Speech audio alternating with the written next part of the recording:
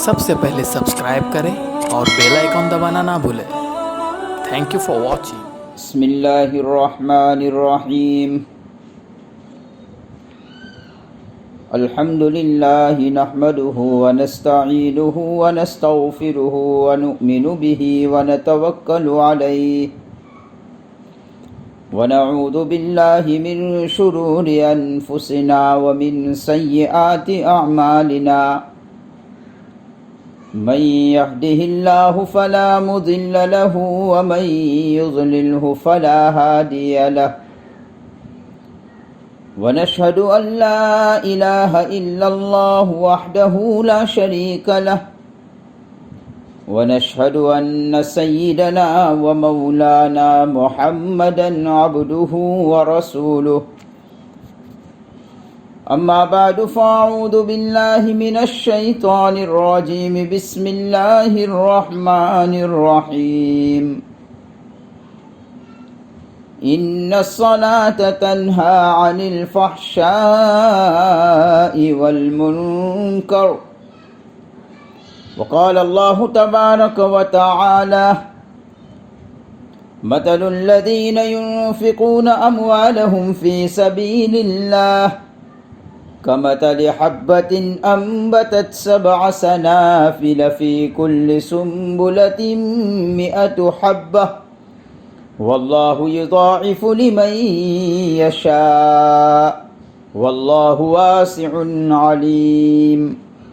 صدق الله مولانا العظيم وصدق رسوله النبي الكريم، ونحن على ذلك لمن الشاهدين والشاكرين، والحمد لله رب العالمين۔ معزز سامعین، میں نے کل گزشتہ آپ حضرات کو یہ بات بتلائی تھی کہ اسلام کی بنیاد 5 چیزوں پر ہے، جس میں کلمہ طیبہ یعنی لا الہ الا اللہ کے اقرار کے بعد 4 عبادتیں رکھی ہے، جس میں نماز ایک اہم عبادت ہے، اور اس کی اہمیت کو میں نے تقریباً 3 مجلسوں میں پیش کیا، الگ الگ عنوان سے کہ مذہب اسلام میں نماز کا کیا مقام ہے۔ آج کی مجلس میں بھی میں نماز اور زکوٰۃ کے متعلق کچھ باتیں عرض کرنا چاہتا ہوں۔ اللہ پاک مجھے بھی عمل کی توفیق عطا فرمائے، آپ سبھی حضرات کو عمل کی توفیق عطا فرمائے۔ قرآن پاک میں اگر آپ غور کریں تو ایک بات سمجھ میں آئے گی کہ نماز اور زکوٰۃ میں مناسبت ہے۔ قرآن کریم میں جگہ جگہ ان دونوں عبادتوں کو ساتھ بیان کیا ہے، دونوں کو جوڑ کر بیان فرمایا ہے۔ کہیں فرمایا اقیموا الصلاۃ وآتوا الزکاۃ، کہیں فرمایا یقیمون الصلاۃ ویؤتون الزکاۃ، کہیں فرمایا اقاموا الصلاۃ وآتوا الزکاۃ، نماز قائم کرو، زکوٰۃ ادا کرو۔ انہوں نے نماز قائم کی، انہوں نے زکوٰۃ ادا کی۔ تم نماز قائم کرو، تم زکوٰۃ ادا کرو۔ کہیں کامیابی میں فرمایا کہ کامیاب وہ انسان ہے جو نماز پڑھے اور زکوٰۃ ادا کرے۔ کہیں فرمایا ایمان والے وہ ہے جو نماز پڑھتے ہیں اور زکوٰۃ دیتے ہیں۔ ان دونوں کو قرآن کریم میں خوب جوڑ کر بیان کیا ہے۔ قرآن پاک میں 63 بار ان دونوں عبادتوں کو اللہ تعالیٰ نے جوڑ کر بیان فرمایا ہے۔ آخر کیا وجہ ہے کہ ان دونوں باتوں کو جوڑ کر بیان فرمایا؟ علماء نے لکھا ہے یہ دونوں عبادتیں ایسی ہیں جس سے انسان کی اصلاح میں بڑا فرق پڑتا ہے۔ یہ دونوں عبادتوں سے انسان کی اصلاح ہو جاتی ہے۔ دیکھو، جب انسان نماز پڑھتا ہے تو نماز کے وقت وہ کہتا ہے اللہ اکبر۔ اللہ اکبر کا مطلب یہ ہے انسان ساری دنیا سے بے خبر ہو گیا، بے تعلق ہو گیا، اور اب اللہ کے حضور کھڑا ہو گیا۔ یہ استحضار پیدا کرتا ہے کہ اللہ تو ہی بڑا ہے، باقی سب چھوٹے ہیں۔ اب میرا گھر، میرے بیوی بچے، میرا کاروبار کچھ نہیں، یہ سلطنتیں کچھ نہیں، یہ کچھ طاقت نہیں رکھتی ہے، بس اللہ ہی اللہ، تو ہی بڑا ہے، بس تو ہی ہے، تو ہی ہے۔ یہ ہے اللہ اکبر کا مطلب۔ جب انسان یہ استحضار پیدا کرتا ہے، پھر اس کی تکبیر اللہ کے عرش کے ساتھ جا کر ٹکراتی ہے۔ پھر انسان کے لیے ہدایت کے دروازے کھل جاتے ہیں، پھر انسان کے لیے رحمت کے دروازے کھل دیے جاتے ہیں، پھر اللہ کی رحمت مسلمانوں کے قلب پر اترتی ہوئی نظر آتی ہے۔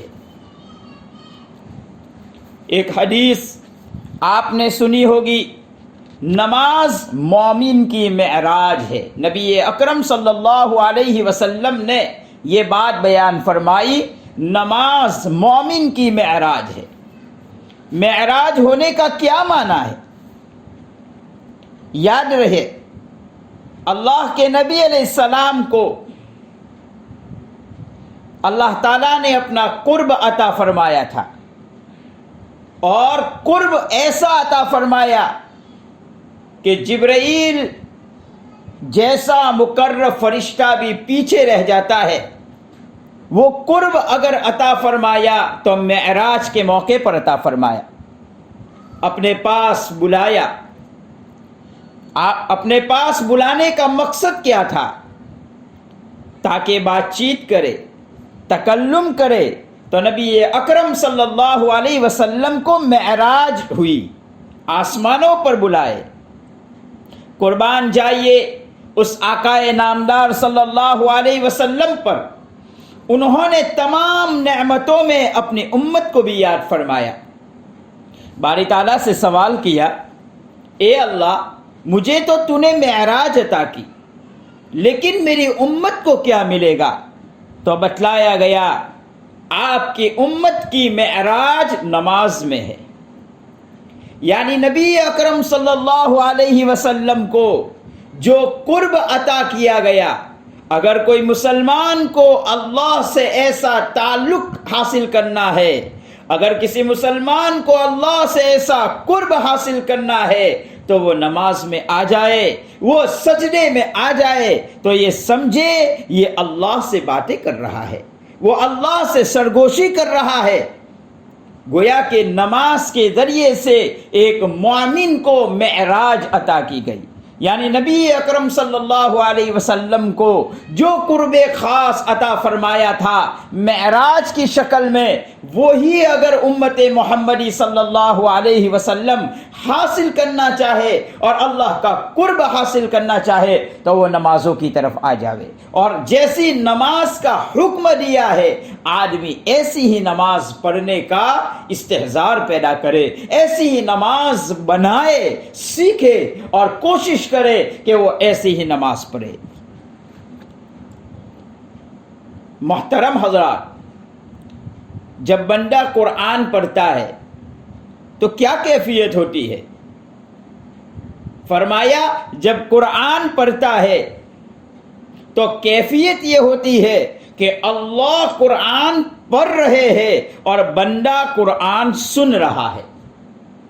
اور نماز کے کلمات میں بندہ جب پڑھتا ہے تو اللہ سن رہے ہوتے ہیں۔ نماز کے کلمات جب بندہ پڑھتا ہے تو بندہ پڑھ رہا ہوتا ہے اور اللہ سن رہا ہوتا ہے۔ یہ یقین دلوں میں بٹھانے کی ضرورت ہے. جب ایسی نماز ہوگی تو ایمان میں حلاوت ملے گی. جب ایسی نماز ہوگی تو انسان کے دلوں کی اصلاح ہوگی. اسی نماز کے متعلق قرآن پاک نے فرمایا ان الصلاۃ تنہا عن الفحشاء والمنکر. یہ نماز انسان کو بری باتوں سے اور بری حرکتوں سے روکتی ہے. سوال پیدا ہوتا ہے، ہم بھی نماز پڑھتے ہیں لیکن ہم برائی ہی برائی کرتے چلے جاتے ہیں اور ہم کبھی برائیوں سے نہیں رکتے. تو جواب بہت آسان ہے، ہماری نماز ہی نماز ہے نہیں ہے. ہماری نماز ہی نماز نہیں ہے. اس لیے میرے بھائیوں، نماز میں محنت کرنے کی ضرورت ہے. حدیث میں نبی اکرم صلی اللہ علیہ وسلم کی نماز کی کیفیات کو بیان فرمایا کہ اللہ کے نبی علیہ السلام کی نماز کیسی تھی.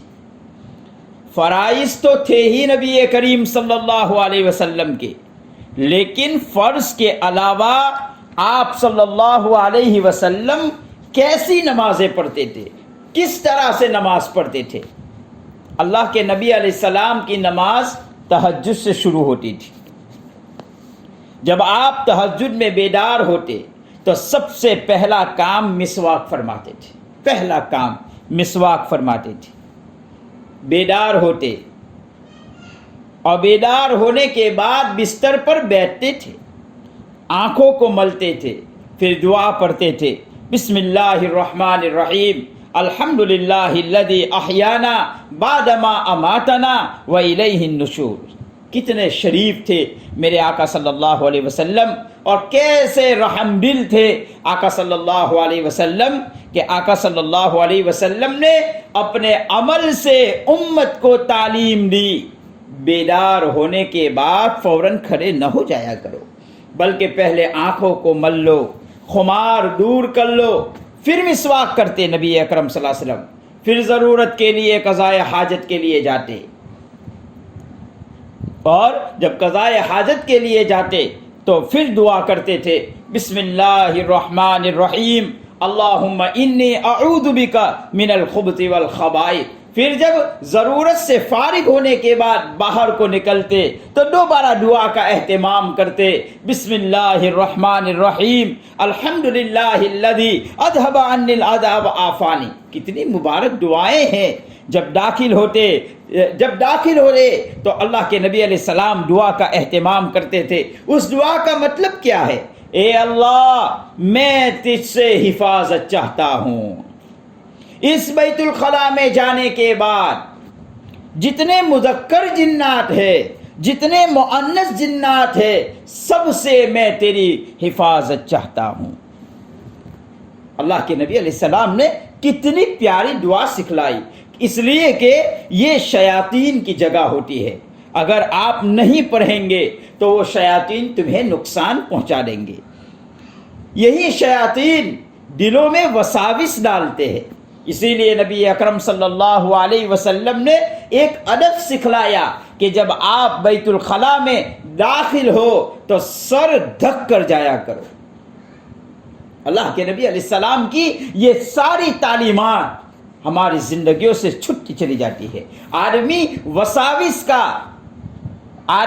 وساوس کی بیماریوں کا آج شکار ہوتا چلا جا رہا ہے. اسی لیے علماء نے لکھا ہے کہ کبھی ایسی بیماری انسان کو لگ جاتی ہے کہ پیشاب کے بعد بھی اسے کچھ قطرات نکلتے رہتے ہیں، کچھ دھات کی شکل میں، کچھ چکنے پانی کی شکل میں کچھ قطرات نکلتے رہتے ہیں. یہ کیوں ہوتے ہیں؟ کہ اس لیے کہ جب وہ قضاء حاجت کے لیے گیا، جب وہ بیت الخلاء میں جاتا ہے تو دعا کا اہتمام نہیں ہوتا ہے، دیر تک وہاں بیٹھا رہتا ہے تو شیطان کے اثرات اس کو لگ جاتے ہیں. اللہ کے نبی علیہ السلام نے اس لیے دعا سکھلائی. پھر جب اللہ کے نبی علیہ السلام قضاء حاجت سے فارغ ہو کر باہر کو نکلتے تو وضو فرماتے اور وضو میں دوبارہ مسواک کرتے تھے. اللہ کے نبی علیہ السلام دوسری مرتبہ بھی مسواک کا اہتمام کرتے اور وضو سے فارغ ہو کر اعوذ باللہ من الشیطان الرجیم بسم اللہ الرحمن الرحیم ان فی خلق السماوات والارض واختلاف اللیل والنہار لآیات الالباب لآیات لأولی الالباب، یہ جو سورہ آل عمران کا آخری رکوع ہے یہ دعائیں ہی دعائیں ہیں، پھر اس کو پڑھنے کا اہتمام فرماتے تھے نبی اکرم صلی اللہ علیہ وسلم۔ پھر حضرت عائشہ رضی اللہ تعالیٰ عنہ فرماتی ہے آپ صلی اللہ علیہ وسلم 2 رکعت پڑھتے تھے، بہت ہلکی سی 2 رکعت پڑھتے تھے، مختصر تلاوت فرماتے تھے، اور اس کے بعد نبی اکرم صلی اللہ علیہ وسلم کا قیام بہت طویل ہوتا تھا، کبھی 2 رکعت پڑھتے تھے، کبھی 4 رکعت پڑھتے تھے، کبھی 6 رکعت پڑھتے تھے، اور کبھی 8 رکعت تک اللہ کے نبی علیہ السلام پہنچ جاتے تھے۔ پھر وطر کا اہتمام فرماتے، وطر پڑھتے تھے اللہ کے نبی علیہ السلام، اس طرح تہجد ادا کرتے تھے، اور جب تہجد سے فارغ ہو جاتے تو آہو زاری سے دعا میں مشغول ہوتے۔ یہ نبی اکرم صلی اللہ علیہ وسلم کا نماز سے تعلق تھا، حالانکہ آپ کو اس طرح سے لمبے سجدوں کی کوئی ضرورت نہیں تھی، آپ کو طویل قیام کی کوئی ضرورت نہیں تھی۔ آپ کے قیام کے متعلق آتا ہے کہ بعض مرتبہ پاؤں پر سجن ہو جاتی تھی، لیکن اللہ کے نبی علیہ السلام جن کو معراج نصیب ہو گئی ہے، جن کو اللہ کا قرب نصیب ہو گیا ہے، جن کو یہ کہہ دیا ہے تیرے اگلے گناہ بھی معاف، تیرے پچھلے گناہ بھی معاف، جو اللہ کی نگاہ میں بہت ہی مقبول بندہ ہے، لیکن اس کے باوجود اللہ کے نبی علیہ السلام نماز کا اس طرح سے اہتمام کرتے تھے۔ پھر جب صبح صادق ہو جاتی تو حضرت بلال رضی اللہ تعالی عنہ اذان دیتے تھے۔ جب حضرت بلال اذان دیتے تو اللہ کے نبی علیہ السلام 2 رکعت سنت گھر میں پڑھتے تھے، بہت مختصر پڑھتے تھے، قل یا ایھا الکافرون اور قل ھو اللہ احد کی سورت پڑھتے تھے۔ بلکہ حضرت عائشہ رضی اللہ تعالیٰ عنہ فرماتی ہے کہ کبھی تو اس طرح سے مختصر کر دیتے تھے کہ لگتا ایسا تھا کہ شاید نبی اکرم صلی اللہ علیہ وسلم نے سورہ فاتحہ بھی چھوڑ دی۔ پھر اللہ کے نبی علیہ السلام استراحت فرماتے تھے، نیند نہیں نکالتے تھے، استراحت، تھوڑی سی راحت کے لیے اللہ کے نبی علیہ السلام تھوڑا سا کروٹ بدلتے تھے، اور کروٹ کے اور اس استراحت کا طریقہ یہ ہوتا تھا کہ آپ سیدھے ہاتھ کو سیدھے رخسار کے نیچے رکھ کر کوہنیوں کو کھڑا کر دیتے تھے، اور اس کوہنی کی ٹیک پر نبی اکرم صلی اللہ علیہ وسلم استراحت فرماتے تھے۔ یہ کوہنیوں پر ٹیک اس لیے لگاتے تھے میرے آقا صلی اللہ علیہ وسلم تاکہ نیند غالب نہ ہو جائے۔ پھر حضرت بلال رضی اللہ تعالیٰ عنہ تشریف لاتے اور کہتے الصلاۃ خیر من النوم یا رسول اللہ۔ اللہ کے نبی علیہ السلام کھڑے ہو جاتے اور فرض کے لیے مسجد میں تشریف لاتے۔ فرض نماز کے بعد بھی اگر کسی کام کاج کے لیے نہ جانا ہو تو اللہ کے نبی علیہ السلام وہیں پر بیٹھے رہتے تھے اور انتظار کرتے تھے سورج کے طلوع ہونے کا۔ پھر جب سورج طلوع ہو جاتا تو اللہ کے نبی علیہ السلام 2 رکعت پڑھتے تھے۔ آپ صلی اللہ علیہ وسلم نے فرمایا اگر تم یہ 2 رکعت کا اہتمام کرو تو اللہ پورے دن کے کاموں کی کفایت کر لیتے۔ یہ ترغیب دی ہے، یہ کوئی فرض نہیں ہے، لیکن اللہ کے نبی علیہ السلام اس طرح سے نماز کا اہتمام کرتے تھے۔ جب اللہ کے نبی علیہ السلام نوافل کے لیے اس طرح سے کوششیں کرتے تھے اور محنت کرتے تھے اور اپنی نماز میں جان پیدا کرنے کی کوشش کرتے تھے تو فرائض کا تو اللہ کے نبی علیہ السلام کا کیا حال ہوگا۔ ہمیں بھی چاہیے کہ ایسی نماز بنائے۔ جب یہ نماز بن جاتی ہے تو پھر یہ کہا ان الصلاۃ تنہا عن الفحشاء والمنکر، یہ نمازیں وہ ہے جو تمہیں بری کاموں سے بری باتوں سے روک دیا کرے گی، پھر تمہاری زندگی میں حلاوت ایمانی نصیب ہوتی ہے۔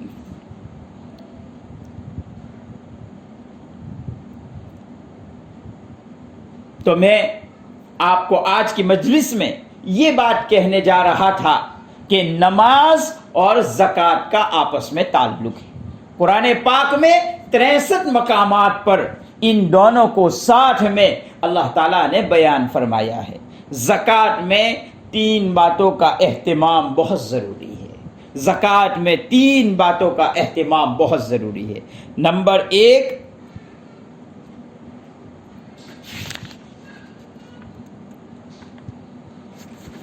آدمی اخلاص پیدا کرے۔ نمبر 2، حلال مال سے زکوٰۃ ادا کرے۔ اور نمبر 3، صحیح مصرف میں آدمی زکوٰۃ ادا کرے۔ دیکھو، زکوٰۃ کا نصاب جاننا بھی بہت ضروری ہے۔ سونا، چاندی، نقدی پیسے اور اموال تجارت، یہ 4 چیزیں، اس کو شریعت نے اموال تجارت کہا۔ یہ 4 چیزیں اگر کسی کے پاس ہوتی ہے تو اس کے اوپر زکوٰۃ واجب ہو جاتی ہے۔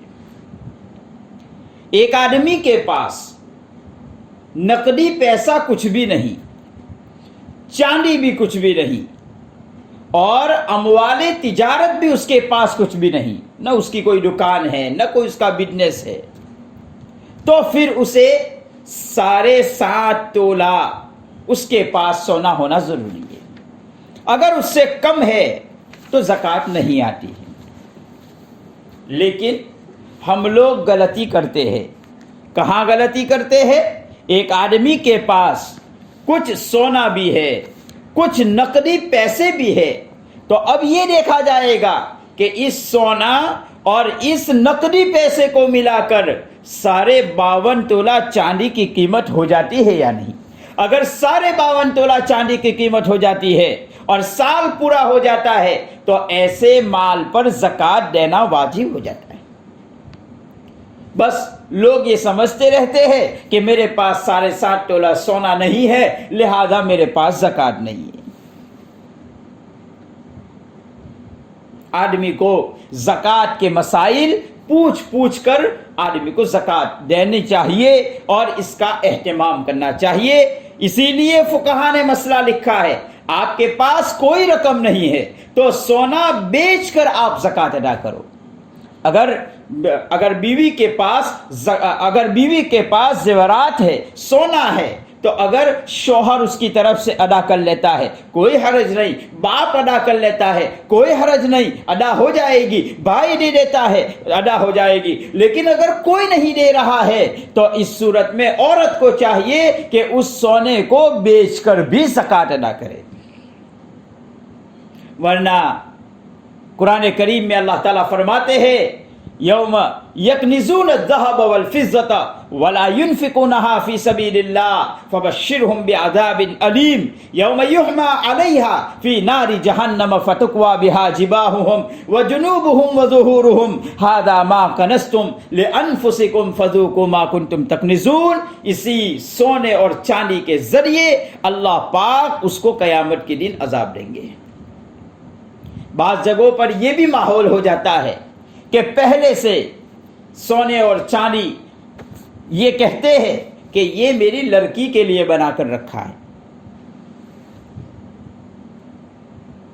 اس میں بھی بہت احتیاطی پہلو برتنا چاہیے اور احتیاط سے کام لینا چاہیے، مسائل پوچھنا چاہیے۔ محض ایسے ہی آپ نے اگر نیت کر لی تو اس سے کام نہیں چلتا ہے۔ سارا تصرف اس لڑکی کا ہو جانا چاہیے۔ اس لڑکی کو اگر آپ نے سارا تصرف دے دیا ہے تب تو وہ لڑکی کے نام پر ہوا، اور اگر باپ نے کوئی تصرف نہیں دیا ہے، بس ایسے ہی اس کے نام سے رکھ دیا ہے، تو اس صورت میں اس مال پر بھی زکوٰۃ ادا کرنا ہوگا۔ تو میں یہ عرض کر رہا تھا، زکوٰۃ میں 3 چیزیں ہیں۔ نمبر 1، اخلاص پیدا کرو، حلال مال سے زکوٰۃ ادا کرو اور صحیح مصرف میں زکوٰۃ ادا کرو۔ قرآن کریم میں اللہ تعالیٰ فرماتے ہیں مثل الذین ينفقون اموالهم فی سبیل اللہ کمثل حبۃ، اس کو ایک دانے سے تعبیر کیا۔ جو لوگ اللہ کے راستے میں مال کو خرچ کرتے ہیں، گویا ایک دانہ زمین میں جاتا ہے اس ایک دانے سے 7 کونپل نکلتی ہے، پھر وہ 7 کونپل 7 خوشے بنتے ہیں، اور ہر خوشے میں 700 دانے جمع ہو جاتے ہیں۔ گویا 700 دانے حاصل ہو گئے، 100 دانے جمع ہو جاتے ہیں، تو 7 کونپل میں اور 7 خوشوں میں 700 دانے جمع ہو جاتے ہیں۔ کمثل حبۃ انبتت 7 سنابل فی کل سنبلۃ 100 حبۃ، ارشاد فرمایا جو اخلاص کے ساتھ خرچ کرے گا اللہ اسے بھی 700 کا ثواب دے گا۔ بلکہ آگے اللہ فرماتے ہیں واللہ یضاعف لمن یشاء، اللہ کسی کے اخلاص کو دیکھ کر اور اضافہ کرنا چاہے تو وہ اس کی شان کریمی ہے، وہ اس کو اور بھی نواز دیتا ہے۔ دیکھو یہاں اموال فی سبیل اللہ، انفاق فی سبیل اللہ، یعنی دانے کو دانے سے تعبیر کیا۔ دانا کیسا ہونا چاہیے کہ جس سے کونپل بھی نکلے، جس سے خوشہ بھی بنے، جس سے دانے بھی حاصل ہو، ایسا دانا ہونا چاہیے، یعنی دانے میں اگنے کی صلاحیت ہونی چاہیے۔ جس دانے کو کیڑا کھا گیا یا جس دانے میں سوراخ ہو گیا وہ دانا نہیں اگتا ہے، بیچ میں خراب ہو، بیج ہی خراب ہو تو فصل خراب ہو جاتی ہے۔ اس لیے ہمیں بھی چاہیے کہ ہمارا پیسہ اخلاص کے ساتھ ہونا چاہیے، نیت تتولے کہ ہم کس نیت سے دے رہے ہیں۔ پھر بات یاد رکھیے کہ وہ کسان موسم کو بھی جانتا ہو، وقت کو بھی جانتا ہو کہ کون سی فصل کون سے موسم میں اگائی جاتی ہے، کون سی فصل گرمی کے موسم میں ہوتی ہے، کون سی فصل ٹھنڈی کے موسم میں ہوتی ہے۔ جو اگر کوئی گرمی کی سیزن والی فصل ٹھنڈی میں لگا دیتا ہے یا ٹھنڈی والی کو گرمی میں لگا دیتا ہے تو اس سے بھی کوئی فائدہ نہیں ہوتا ہے۔ اسی طرح خرچ کرنے والے کو چاہیے نیت بھی صاف ستھری ہو، اخلاص بھی پیدا کرے۔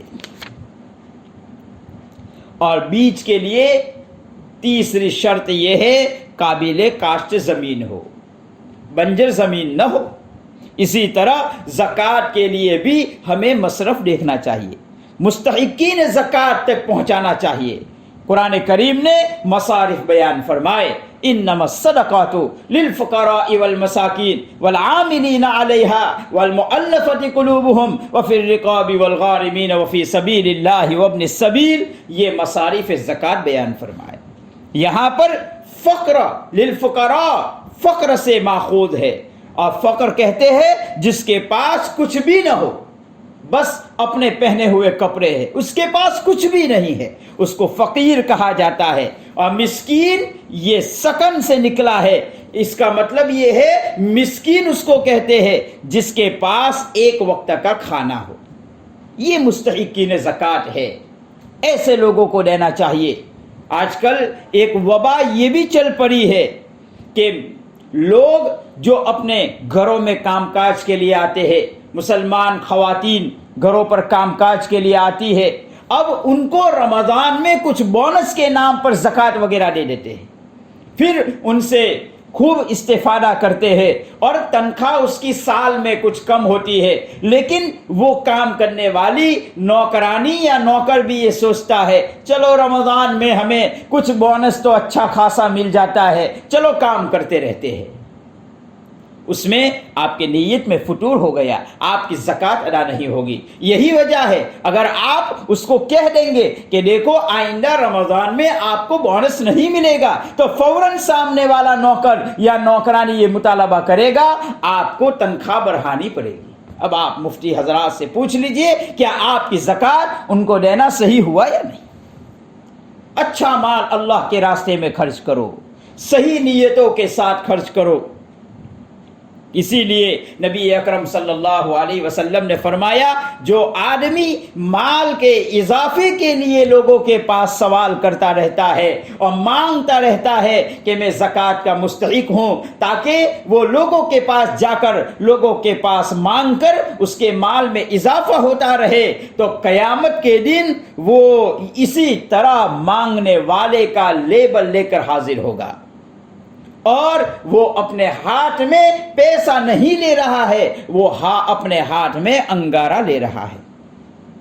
ہمیں اس طرف توجہ دینے کی ضرورت ہے کہ زکوٰۃ کے مصارف کو بھی سمجھے، مستحقین زکوٰۃ کو سمجھے، اور ہماری نیت خالص ہو۔ جو میں نے 3 چیزیں آپ کو اشارتاً بتلائی، وہ 3 چیزوں کا اہتمام کرے۔ تو بہرحال میں یہ عرض کر رہا تھا کہ نماز اور زکوٰۃ یہ دونوں اہم عبادات ہے، اور ان کا آپس میں بہت ہی زیادہ تعلق ہے۔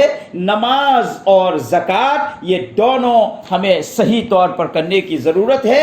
رمضان مبارک کے مہینے میں چونکہ نمازوں کا بھی اہتمام ہوتا ہے، ہمیں تراویح کا بھی اہتمام کرنا چاہیے، دیگر نوافل کا بھی اہتمام کرنا چاہیے، اور خاص طور پر رمضان مبارک ہی کے مہینے میں ہم لوگ زکوٰۃ وغیرہ بھی ادا کرتے ہیں، اپنے مال کو اللہ کے راستے میں خرچ کرتے ہیں۔ اس کی مناسبت سے میں نے کچھ باتیں قرآن و حدیث کی روشنی میں آپ حضرات کے سامنے رکھی۔